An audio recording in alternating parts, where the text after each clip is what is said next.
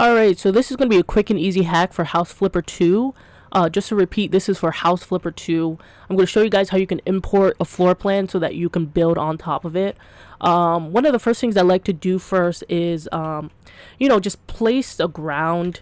Instead of this grass here, I mean, like, of course, you can go ahead and shave this down and stuff, but I like to, just get a ground placed in just because it's a lot easier. You can hit Q and then just invert it, and that will allow you to, place in the ground. I don't know why I even just did that on on 6. Wow.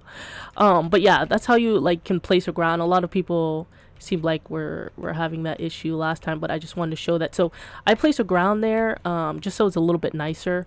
We're gonna go into the directory and we're gonna search up poster.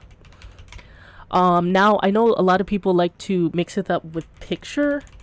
But if you use picture, I mean, you can use picture, but you're gonna have these bezels and it's just kind of, it's going to be harder with that. So I suggest that you use poster, and we're going to be using this, wait, poster, go to poster.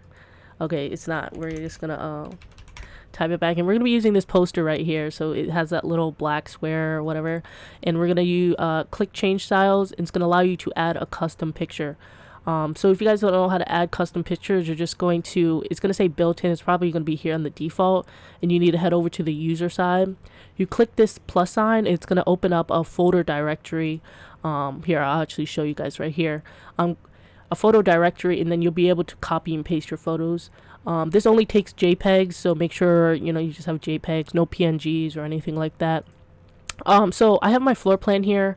Just found it on Google. It's super okay. You want to make sure that you max out the height, and the mat size should be left to 0, because this is just like a little white border that is used within picture frames and stuff. So this is what you want. You're going to go ahead and buy that. You're going to make sure you orient it correctly, because after this scaling that we're going to do, you're not going to be able to pretty much like turn it around and stuff. So make sure the orientation is correct. Placement doesn't have to be figured out right now. So after that, we're going to use the transform tool, and we're going to press Q so that we can go into the little settings, and we're going to be utilizing the resize function. And with this, we're just kind of have to trial and error. For some reason, I think it's like a little glitch where it's like you go to resize it, but it doesn't resize. It just moves. Like it thinks we're using the move tool. But if you just keep, you see how it just got bigger there. If you just keep clicking and, trial and error, it should get bigger. There we go. It's just like glitches for sometimes. And I like to make my buildings, a bit bigger. So on the floor plan, I know this line is 10 feet.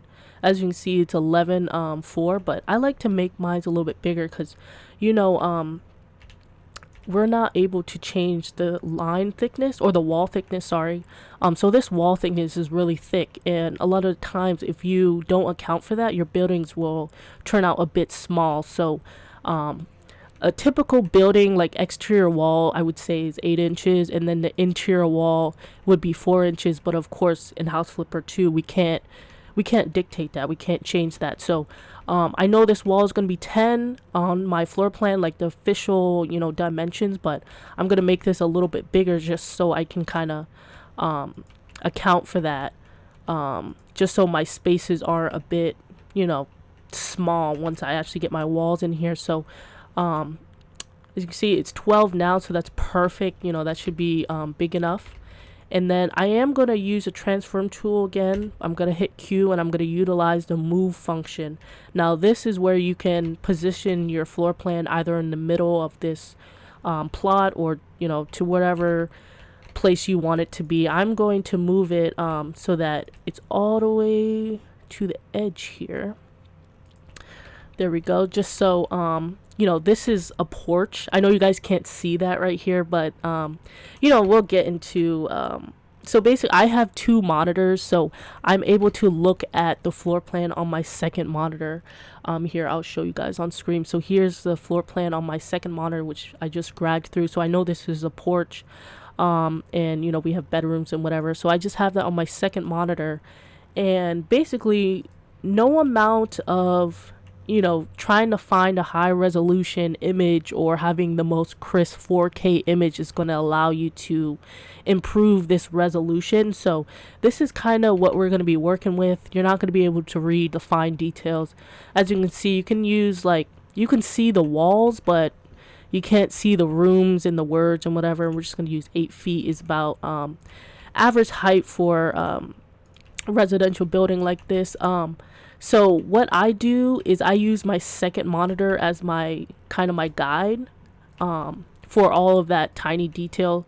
So if you don't have a second monitor, I encourage you to maybe like download it on your phone, or, you know, if you're really down bad for it, just print it out, you know. I do want to show you guys one more thing, issue that can arise. So we have this bedroom here, right? And we need to place a door. So if we go to doors and, you know, whatever, it won't really allow us to place a door at ground level. It'll, you know, above. So what you need, it's because of the poster. What you need to do is use the transform tool. Now you can either raise it above and then, you know, it'll let you place the door and whatever. But for me, I just kind of get rid of it because I don't need it because I have a second monitor, so I know where the doors are supposed to be and stuff like that. So why am I getting trapped in here? So yeah, you can do that, and then should be able to place these kind of door frames or whatever. So yeah, that's basically it, guys. Of course I didn't fill in the whole floor plan, but once you do, you should have your rooms and spaces mapped out and you should be good to go. So I thank you guys for watching, and I'll see you guys in the next video.